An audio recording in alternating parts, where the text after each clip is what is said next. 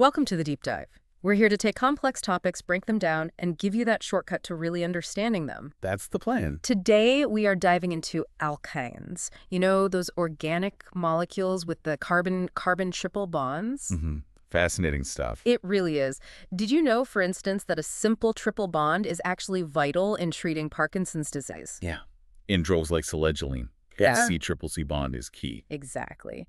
So our mission today is to unpack a whole chapter on alkynes, pull out the core ideas, and really get why these molecules are, well, so important in medicine, manufacturing, you name it. Get ready for those aha moments. Definitely. Okay, so let's start at the heart of it.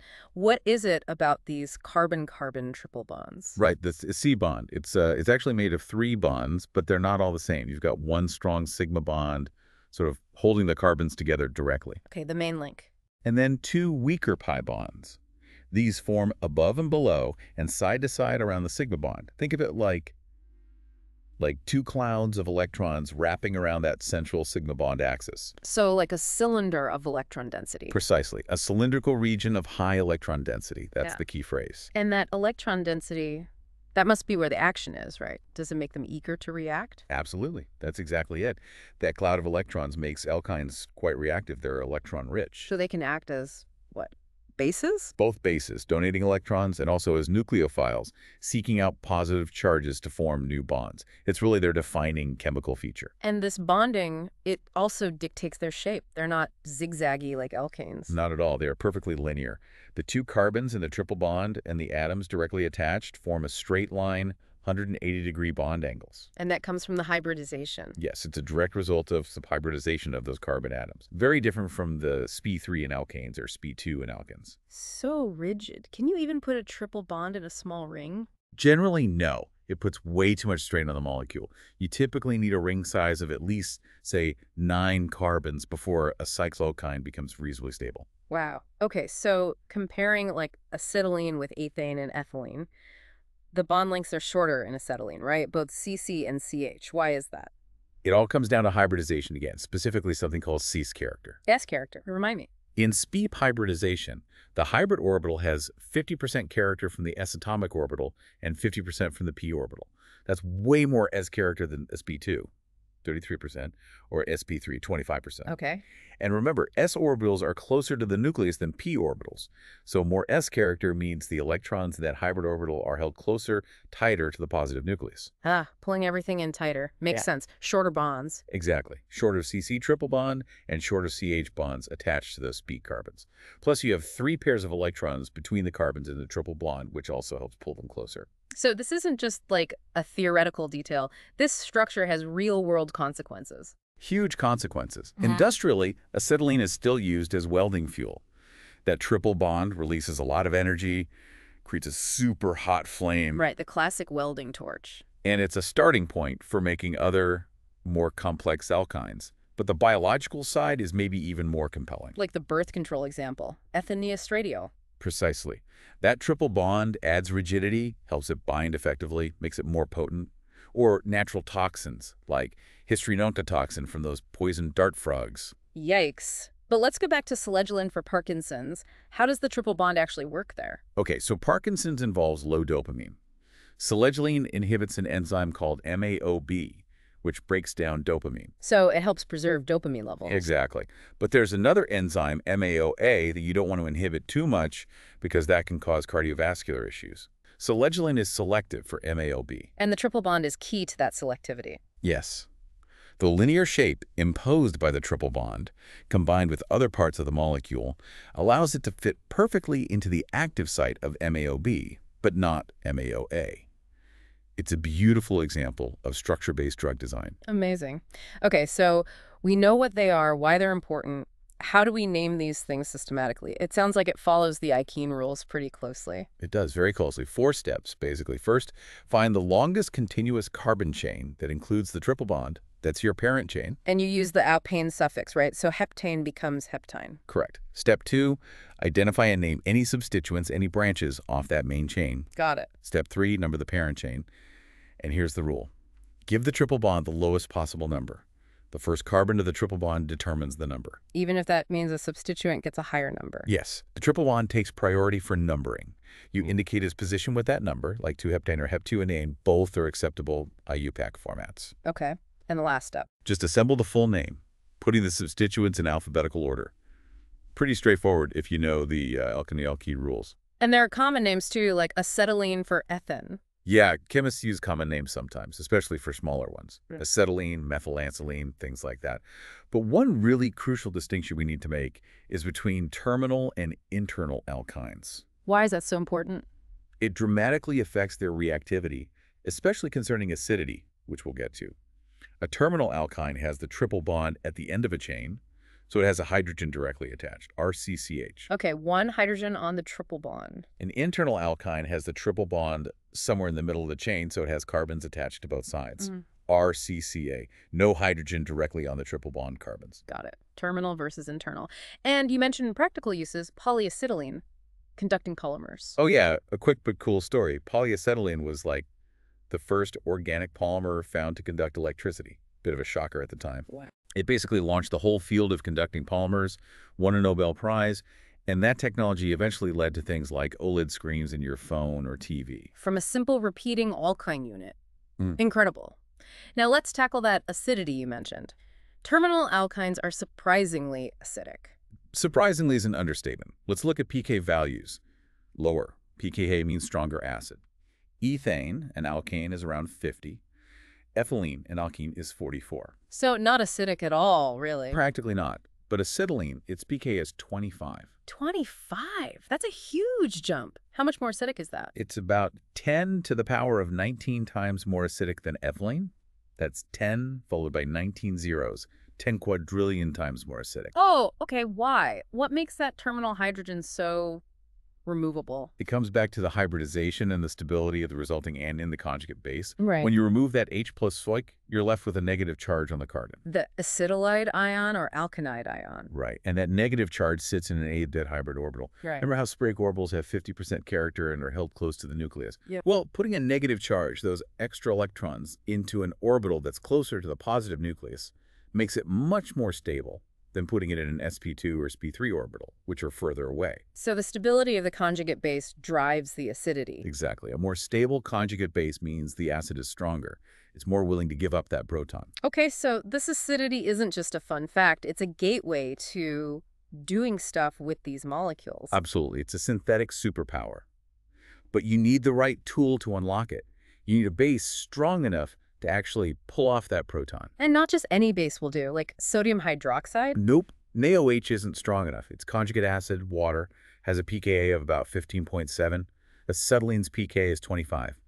The equilibrium heavily favors the starting materials. So the base needs to be stronger than the acetylide ion you're forming. Correct. You need really strong bases where the negative charge is on something less electronegative than oxygen, like nitrogen, hydrogen, or carbon. Sodium amide, NaNH2 is a classic. Sodium hydride, NaH, or organometallic bases like bulithium, buli, those will readily deprotonate a terminal alkane. Okay, that makes sense. So if we want to make an alkane in the lab, where do we usually start? Often you start from an alkyl dihalide, a molecule with 2 halogen atoms, these can be geminal, with both halogens on the same carbon, or vicinal, with halogens on adjacent carbons. And you somehow remove the halogens and hydrogens to form the triple bond. Essentially, yes. It's done through 2 successive elimination reactions, specifically E2 eliminations. You remove H and X twice. 2 eliminations. Does that need special conditions? You mentioned strong bases. Yes, the second elimination especially requires a very strong base. The go-to reagent is often excess sodium amide and NH2 dissolved in liquid ammonia. Excess? Why excess? Good question. You usually need 3 equivalents of the amide base. 2 equivalents are for the 2 E2 reactions themselves. Okay, 1 for each elimination. What's the third one for? If you form a terminal alkyne, the third equivalent of strong base immediately deprotonates it to form that stable alkynide ion we just talked about. Ah, so that final deprotonation helps drive the whole reaction sequence to completion. Exactly. It's a thermodynamic sink, pulling the equilibrium forward. Then, at the end, you just add water or a mild acid to protonate the alkynide ion and get your neutral terminal alkyne product. Clever. Okay, so we can make them. Now transforming them. Let's talk reduction, adding hydrogen. Right. We can control this very precisely. If you want to go all the way, reduce the alkene completely to an alkyne, you use standard catalytic hydrogenation. H2 gas, metal catalysts like platinum, palladium, nickel. Yep, that adds 4 hydrogens in total, 2 equivalents of H2, across the triple bond, taking you straight to the alkane. The tricky part is stopping halfway. Because the intermediate alkene is actually more reactive. Usually, yes. Under these conditions, it reacts faster than the starting alkyne, so you can't easily isolate the alkane. But what if you want the alkene? And specifically, what if you want the cis-alkene? Uh-huh. For that, you need a special catalyst. A poisoned catalyst. Poisoned. Sounds bad. Yeah, it just means it's been partially deactivated. It's less reactive. Yeah.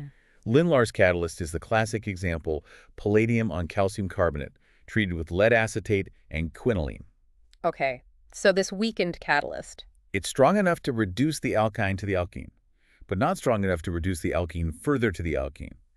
And crucially, it delivers both hydrogens to the same face of the triple bond syn addition, giving you exclusively the cis-alkene. Wow, specific. So that's cis. How do you get the trans-alkene? Completely different reaction. You use dissolving metal reduction, sodium metal, not sodium amide, dissolved in liquid ammonia at low temperature. Sodium metal in ammonia, what does that do? The sodium metal acts as a source of electrons. The mechanism is different, involving single electron transfers, forming a radical anion intermediate. It's a stepwise process. And this gives the trans product. Yes. The intermediate radical anion prefers a trans geometry to minimize repulsion between electron groups. So when the second hydrogen adds, it adds to the opposite face anti-addition, resulting specifically in the trans-alkene. That's incredible control. Alkene, cis-alkene, or trans-alkene just by choosing the right reagents. It's a cornerstone of synthetic strategy. Really powerful. Okay, moving on from reduction, what about adding things like HX hydrohalogenation? Alkanes react with HX, like HCl or HBr, similar to alkenes. It follows Markovnikov's rule. Meaning the halogen adds to the more substituted carbon of the triple bond. Correct. If you use just one equivalent of HX, you get a vinyl halide. But if you use excess HX, it adds twice. Twice. How does the second one add? It also follows Markovnikov's rule. So the second halogen adds to the same carbon as the first one. You end up with a geminal dihalide, both halogens on the same carbon. Okay, predictable. Any way to get anti-Markovnikov addition? Yes, but specifically with HBr and only in the presence of peroxides like ROR. Just like with alkenes, this switches the mechanism to a radical pathway. And the bromine adds to the less substituted carbon. Exactly, anti-Markovnikov. You usually get a mixture of E and Z isomers in this case, though. Right, okay. How about adding water? Hydration. 2 main ways, leading to different products, which is super useful. First is acid-catalyzed hydration. You use aqueous sulfuric acid, usually with a mercury sulfate catalyst. Mercury. Why mercury? It helps activate the alkyne towards attack by water. Mm-hmm. The initial product formed is actually an enol. Enol. That's the double bond plus alcohol thing. That's right, alkane plus alcohol enol. But enols are usually unstable. They rapidly rearrange into a ketone. Through that tautomerization process. Exactly, keto-enol tautomerization. It's an equilibrium, but it heavily favors the more stable ketone form. Remember, tautomers are actual isomers that interconvert, not resonance structures. Okay. And the addition follows Markovnikov's rule too. Yes. So for a terminal alkane, the oxygen adds to the internal carbon, meaning you always end up forming a methyl ketone, a ketone where one group is CH3. Always a methyl ketone from a terminal alkyne. What if you want an aldehyde instead? Then you need the second hydration method, hydroboration-oxidation. The anti-Markovnikov one. Precisely. You use a borane reagent first, often a bulky one like diziamborane or 9-BBN, to prevent adding twice, followed by hydrogen peroxide and sodium hydroxide. And this also forms an enol initially. It does, but this time the OH group adds to the less substituted carbon, anti-Markovnikov. And then the tautomerization happens under basic conditions from the second step. And that leads to An aldehyde from a terminal alkane. The enol tautomerizes to the aldehyde. fantastic. So you can choose acid mercury for ketone or hydroboration for an aldehyde starting from the same terminal alkane. That's the beauty of it. Complete control over the regiochemistry of hydration. What other reactions should we know? Halogenation, adding Cl2 or Br2? Yep, alkanes react with halogens too. If you add excess X2, like 2 equivalents, it adds across the triple bond twice to give a tetrahalide, all 4 halogens attached. And if you use just one equivalent? You add just 1 molecule of X2 across the triple bond, forming a dihalide. This addition is typically anti, meaning the halogens add to opposite faces, so you predominantly get the E isomer. Okay. And then there's ozonolysis. breaking the bond entirely. Yes, oxidative cleavage with ozone, O3, followed by a water workup. This reaction literally cuts the triple bond in two. What do the pieces become? For an internal alkyne, both fragments become carboxylic acids. For a terminal alkyne, the internal part becomes a carboxylic acid, but the terminal carbon, the CH end, gets fully oxidized to carbon dioxide, CO2. Useful for figuring out where the triple bond was? Historically, yes. Okay. Before fancy spectroscopy, it was a key method for structure determination. Okay, one last major reaction type. Alkylation, using that acidity of terminal alkyne. Right. This is a really powerful way to make new carbon bonds, which is fundamental to building complex molecules. So you start by deprotonating the terminal alkyne. Exactly. Use a strong base like NaNH2 to rip off that acidic proton, forming the alkynide ion. Which is a good nucleophile. A very good nucleophile. It can then attack an alkyl halide like methyl iodide or ethyl bromide in an SN2 reaction. The alkynide replaces the halide, forming a new CC bond. Lengthening the carbon chain. Precisely. But there's a catch. Huh. This only works well with methyl or primary alkyl halides. Why not secondary or tertiary? With bulkier secondary or tertiary alkyl halides, the alkynide ion tends to act as a base instead of a nucleophile, causing an elimination reaction on the alkyl halide rather than the desired substitution. So you don't form the CC bond you wanted. Ah, okay. Stick to methyl or primary halides for alkylation. And what about acetylene itself? It has two acidic protons. Good point. Acetylene, HTACH, can be alkylated twice. You can do it stepwise. Deprotonate one side, add one alkyl group, then deprotonate the other side and add a second alkyl group, which could be the same or different from the first. Very versatile for building internal alkynes with specific groups on either side. Absolutely. Gives you a lot of synthetic flexibility. So putting it all together, we've built quite a toolbox. We can make alkynes, reduce them selectively to alkenes, cis-alkenes or trans-alkenes, Add HX or water with controlled regiochemistry, cleave them. and use terminal alkynes to build longer carbon chains. You mentioned converting alkenes to alkynes too. Yes, that's a key transformation to have in your pocket. You take an alkene, add bromine, Br2, across the double bond to make a vicinal dibromide. Okay, two bromines on adjacent carbons. Then you hit it with excess strong base, like NaNH2, to do two eliminations, forming the alkane, just like we discussed for preparing alkanes from dihalides. So you can go alkene-alkyne, and we know we can go alkene-alkene, cis or trans. That really connects things. It does. You can start planning multi-step sequences. Maybe start with an alkene, make it an alkene, alkylate it, then reduce it back down to exactly the stereoisomer of the alkene you need for your target molecule. It really feels like we're designing molecules now, not just learning reactions. That's the goal. Understanding how these structures behave and how to manipulate them. So quite the deep dive into alkynes today. We went from the basic structure, that linear geometry, the electron density, Through naming their unique acidity, how to make them. all the way to the key reactions, reductions, additions like hydrohalogenation and hydration with that cool keto-enol tautomerization. Halogenation, ozonolysis, and a powerful CC bond formation via alkylation. It really hammers home how structure dictates function, dictates reactivity, and understanding that lets you control the outcome. It really does. That symbol-looking C bond is just packed with chemical potential. It makes you wonder. Yeah. Well, as you've seen, that seemingly simple triple bond holds immense power and versatility. What other hidden functionalities might be lurking in everyday molecules, just waiting for us to uncover their deeper chemical secrets? That's a great thought to end on. Thank you for joining us on this deep dive, and thanks to all of you for listening and being part of the Deep Dive family. Keep exploring the wonders of chemistry.